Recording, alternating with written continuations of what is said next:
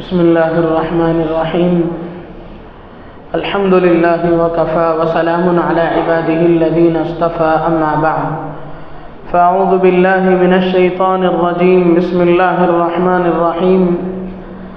قال يا بني لا تقصص رؤياك على إخوتك فيكيدوا لك كيدا إن الشيطان للإنسان عدو مبين. صدق اللہ العظیم. بزرگان محترم اور عزیز ساتھیوں، آج کی تراویح میں 3 سورتیں پڑھی گئیں. سورہ ہود کا آخر کا کچھ حصہ، سورہ رعد کا ابتدائی حصہ اور سورہ یوسف مکمل پڑھی گئی. ابھی میں نے آپ حضرات کے سامنے جو آیت تلاوت کی ہے وہ سورہ یوسف کی ابتدائی آیات میں سے ہے. اس میں اللہ تبارک و تعالی حضرت یعقوب علیہ السلام کا قول نقل کرتے ہیں جو انہوں نے اپنے صاحبزادے حضرت یوسف علیہ السلام سے فرمایا تھا. وہ کہتے ہیں، اللہ تبارک و تعالی نقل کرتے ہیں، قال یا بنی لا تقصص رؤیاک علی اخوتک، اے پیارے بیٹے تم اپنا خواب اپنے بھائیوں کو نہ بیان کرو، اپنے بھائیوں کے سامنے بیان نہ کرو. فَيَكِيدُوا لَكَ كَيْدًا، ورنہ وہ تمہارے ساتھ کسی قسم کا مکر کر سکتے ہیں. ان الشیطان للانسان عدو مبین، بے شک شیطان انسان کا کھلا دشمن ہے. سورہ یوسف اس صورت میں 3 جگہ خواب کا تذکرہ آیا ہے، 3 خوابوں کا تذکرہ آیا ہے. ایک تو یہی جس میں حضرت یوسف علیہ السلام نے اپنے والد گرامی سے فرمایا، یا ابت انی رأى 11 كوكبا والشمس والقمر رأيتهم لي ساجدين. اے میرے باپ، میں نے ابا جان، میں نے 11 ستاروں کو اور ایک چاند کو، سورج کو مجھے سجدہ کرتے ہوئے دیکھا. اس پر حضرت یوسف نے، حضرت یعقوب علیہ السلام نے فرمایا کہ اپنے بھائیوں سے اس کا تذکرہ نہ کرنا. یہ خواب.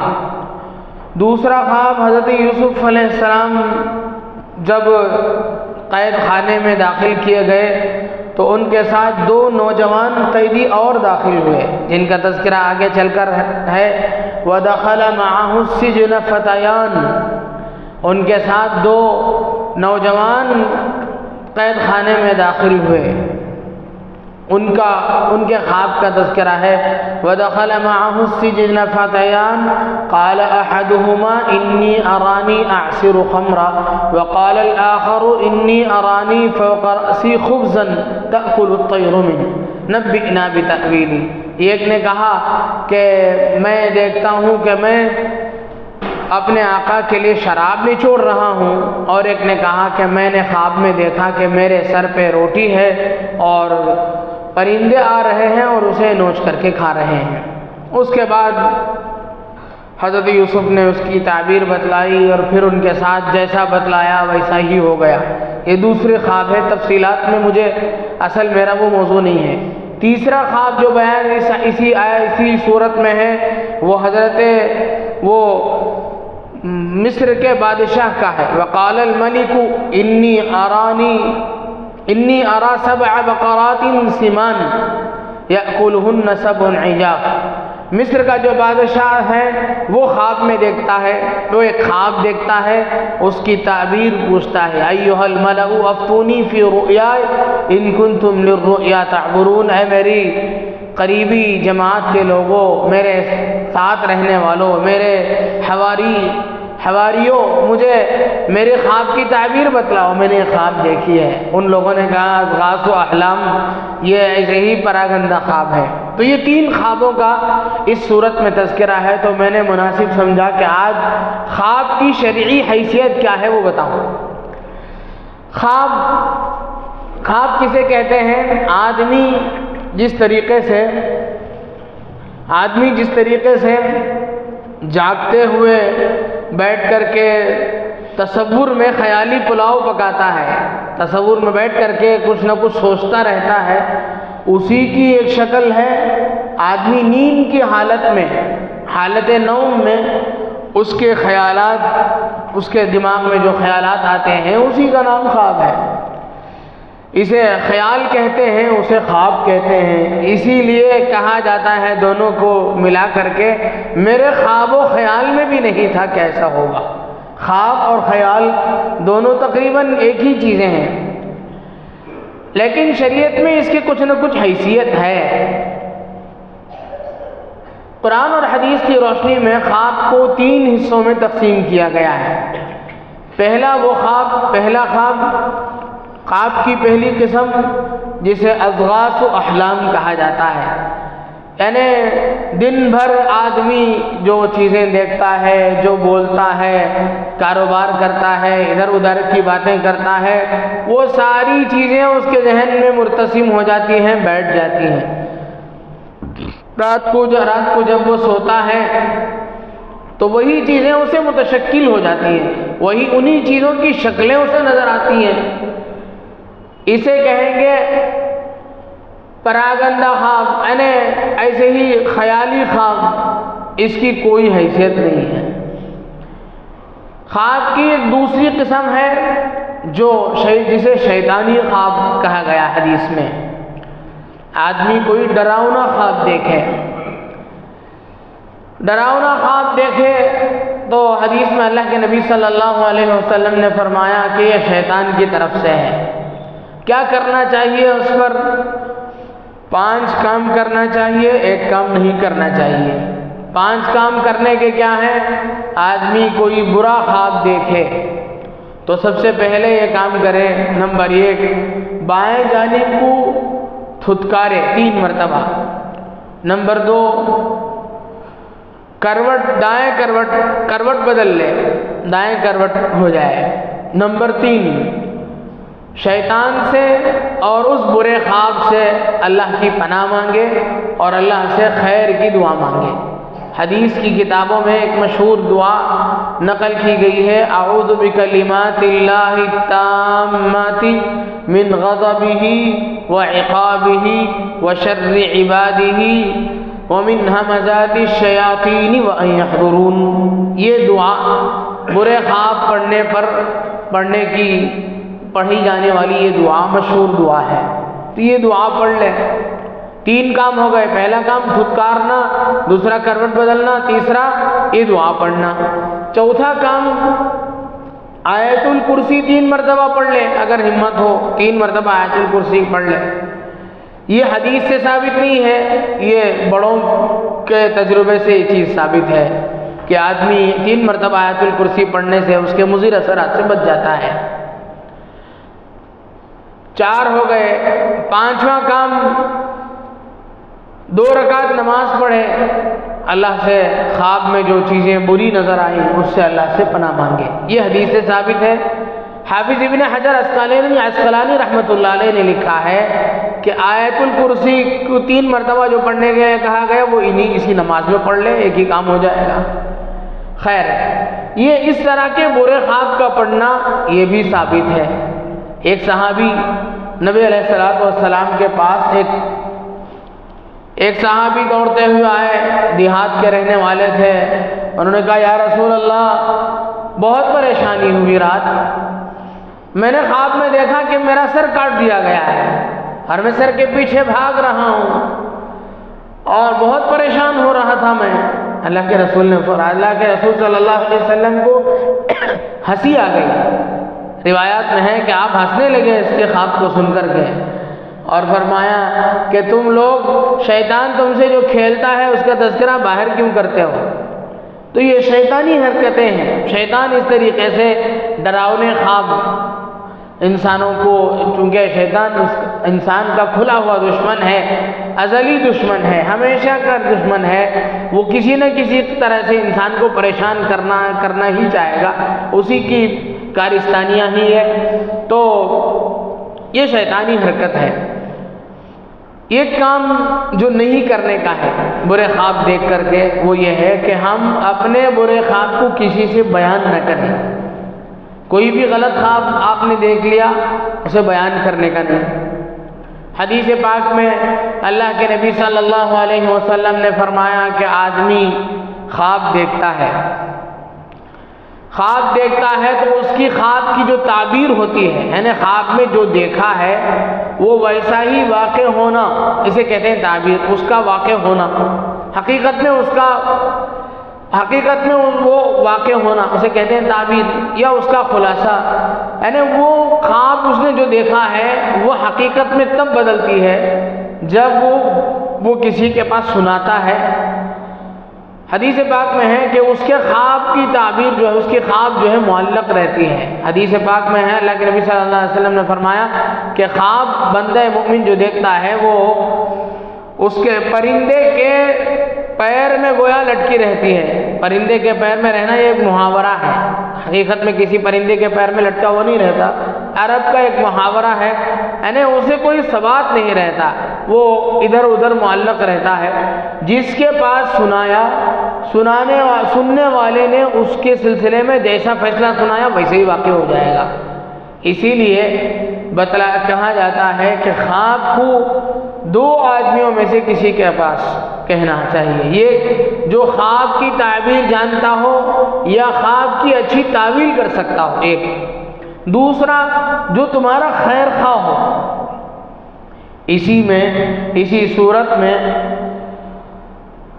آگے چل کر کے جو دو نوجوانوں نے جو خواب دیکھا تھا وہ حضرت یوسف علیہ السلام سے انہوں نے اس کی تعویل بیان کرنے کی درخواست کرتے ہوئے ان نوجوانوں نے یہ جملہ کہا تھا، نبئنا بتأویلہ انا نراک من المحسنین، ہمیں اس کی تعبیر بتائیے، ہمارے نزدیک آپ بڑے اچھے آدمی معلوم ہوتے ہیں، آپ احسان کرنے والے آدمی معلوم ہوتے ہیں، آپ نیک آدمی معلوم ہوتے ہیں۔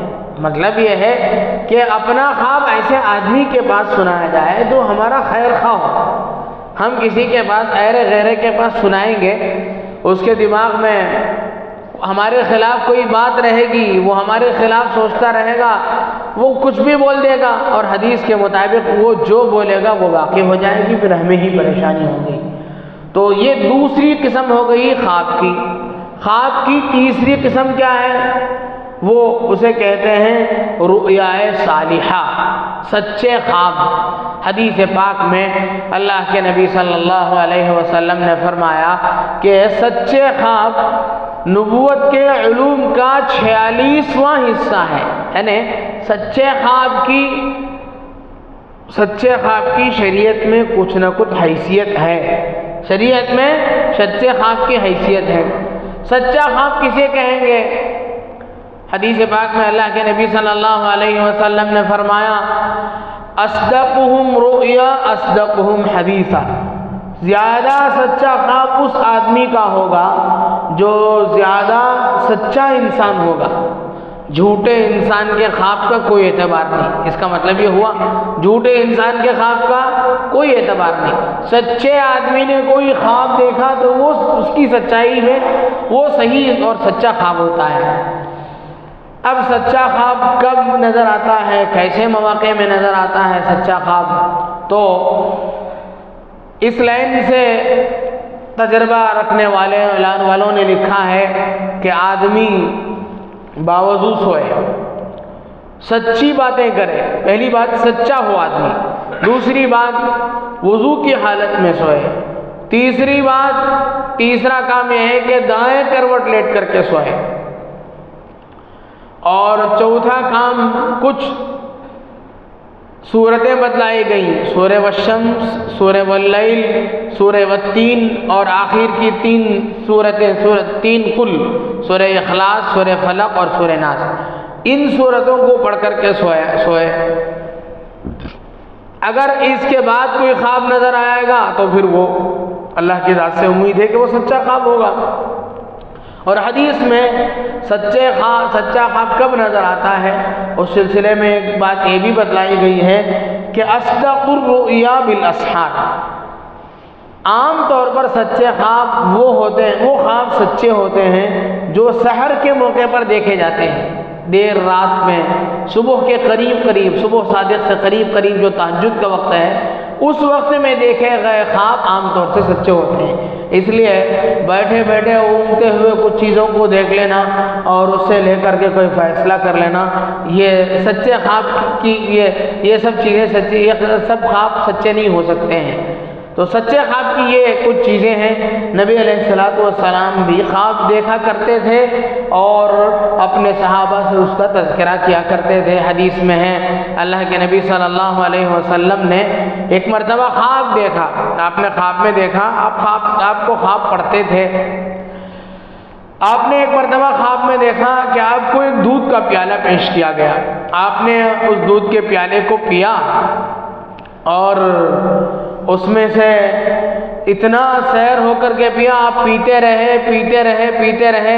آپ علیہ الصلوۃ والسلام نے فرمایا میں نے اتنا سیر ہو کر کے پیا یہاں تک کہ میرے انگلیوں اور میرے ہاتھ پیر کی انگلیوں سے وہ دودھ نکلنا شروع ہو گیا۔ ایسا ہوتا ہے مچھر میں، ایسا ہوتا ہے کبھی مچھر کیا کرتا ہے، آدمی کے جسم پہ بیٹھ کر خون پینا شروع کرتا ہے، پیتے جب اسے خوب مزہ لگ جاتا ہے پیتے رہتا ہے اور پیچھے کے حصے سے اس کے حصے سے خون رستا رہتا ہے۔ ہم لوگ اتنی دیر تو صبر نہیں کرتے ہیں، اس سے پہلے ہی اس کی جان لے لیتے ہیں، ایک بوند خون دے کر کے اس کی جان لے لیتے ہیں۔ خیر، تو اللہ کے نبی صلی اللہ علیہ وسلم نے خواب میں دیکھا کہ دودھ پی رہے ہیں اور آپ اتنا زیادہ آپ نے پی لیا ہے کہ آپ کے ہاتھ پیر سے دودھ نکل رہا ہے۔ پھر آپ نے فرمایا کہ جب میں خوب سیر ہو گیا تو میں نے وہ پیالہ حضرت عمر کو دے دیا۔ صحابہ نے پوچھا یا رسول اللہ آپ نے اس کی کیا تعبیر نکالی، آپ نے اس کے کیا معنی سمجھے؟ آپ نے فرمایا کہ میں نے اس کا معنی یہ لیا کہ وہ علم ہے، مجھے خوب علم دیا گیا، جب میں علم سے سیراب ہو گیا، مجھے بہت سارے علوم حاصل ہو گئے تو میں نے اس کا کچھ حصہ حضرت عمر کو بھی دے دیا۔ تو یہ اللہ کے نبی صلی اللہ علیہ وسلم نے خواب بھی دیکھا ہے، آپ خواب دیکھا کرتے تھے اور آپ کے خواب سچے ہوا کرتے تھے۔ انبیاء کرام اور نیک لوگوں کے خواب سچے ہوتے ہیں۔ ایک اور بات، جھوٹے خواب بیان نہیں کرنا ہے۔ جھوٹے خواب کا مطلب یہ ہے کہ پورا خواب ہی گھڑ کر کے جھوٹا بیان کرو، یا یہ ہے کہ خواب کچھ دیکھا ہے اس میں ذرا ملمہ سازی کر کے اسے ڈیکوریٹ کر کے ذرا بولنے کے لیے اچھا کر کے اسے بڑھا چڑھا کر کے پیش کر رہے ہیں، یہ بھی جھوٹی ملاوٹ ہے، یا تو مکمل جھوٹ ہے یا جھوٹی باتوں کی اس میں آمیزش کر کے پیش کر رہے ہیں۔ اللہ کے نبی صلی اللہ علیہ وسلم نے سختی سے منع فرمایا ان من افر الفرا ان یرا عینیہ ما لم یرہ، کہ آدمی اپنے نہ دیکھی ہوئی خواب کو دیکھا ہوا بتلائے، یہ سب سے بڑا جھوٹ ہے۔ آپ نے فرمایا جھوٹ تو معمولی جھوٹ تو جھوٹی ہے اور یہ سب سے زیادہ جھوٹ ہے، بڑا جھوٹ ہے۔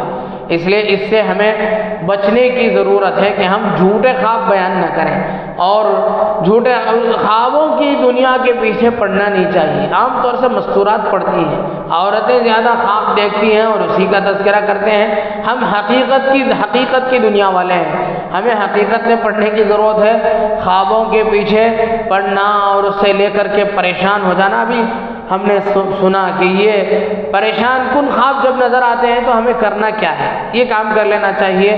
بعض تجربہ کار لوگوں نے لکھا ہے، بعض تجربہ کار لوگوں سے ہم نے سنا ہے اور ہمارا بھی تجربہ ہے کہ عام طور سے آدمی کو جب نزلہ ہوتا ہے، سردی ہوتی ہے، ناک بند ہو جاتا ہے یا گیس کی شکایت ہوتی ہے، کل ملا کر کے اسے سانس لینے میں دشواری ہوتی ہے، ایسے حالت میں وہ سویا ہوا ہوتا ہے یا پیشاب کا اسے شدید تقاضا ہوتا ہے، ایسے موقع پر ڈراؤنے خواب ایسے موقع پر بھی نظر آتے ہیں۔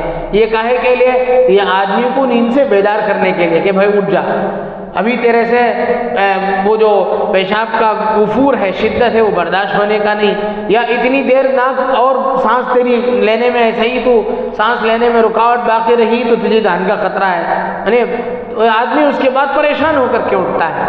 عام طور سے لوگ آتے ہیں بتاتے ہیں کہ میں ایسا سوتا رہا، ایک دم برا خواب پڑا اور میں اچانک سے اٹھا۔ یہ سب چیزیں جو ہوتی ہیں سب یہی چیزیں ہیں۔ اس لیے اگر برے خواب کے وقت میں کبھی ہمیں برا خواب پڑا اور اس موقع پر یہ کیفیت تھی تو ہمیں اسی وقت اسے چھوڑ دینا چاہیے، بس یہی ہے۔ طبیعت کی وجہ سے بھی کبھی ایسے خواب نظر آتے ہیں۔ تو یہ مختصر سا خلاصہ ہوا خواب کے سلسلے میں۔ اللہ تبارک و تعالیٰ سے دعا ہے کہ اللہ تبارک و تعالیٰ قرآن کریم کے ایک ایک حرف کو سمجھنے کی توفیق نصیب فرمائے۔ آمین۔ وآخر دعوانا ان الحمد للہ رب العالمین۔